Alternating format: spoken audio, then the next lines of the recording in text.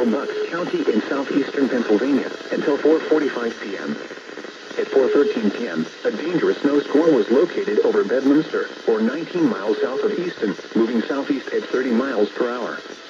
Hazard: intense bursts of heavy snow and gusty winds leading to blowing snow and rapidly falling visibility. Wind gusts up to 35 miles per hour.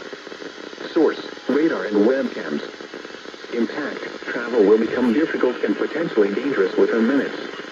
Locations impacted include Perthesy, Doylestown, Durham, Hatboro, Bedminster, Chalfont, Tinicum, New Hope, Newtown, Dublin, Ireland, Stockton, Flix, Lumberville, Rickboro, Outsville, Sargentville, Pipersville, Gardenville, and Horsham.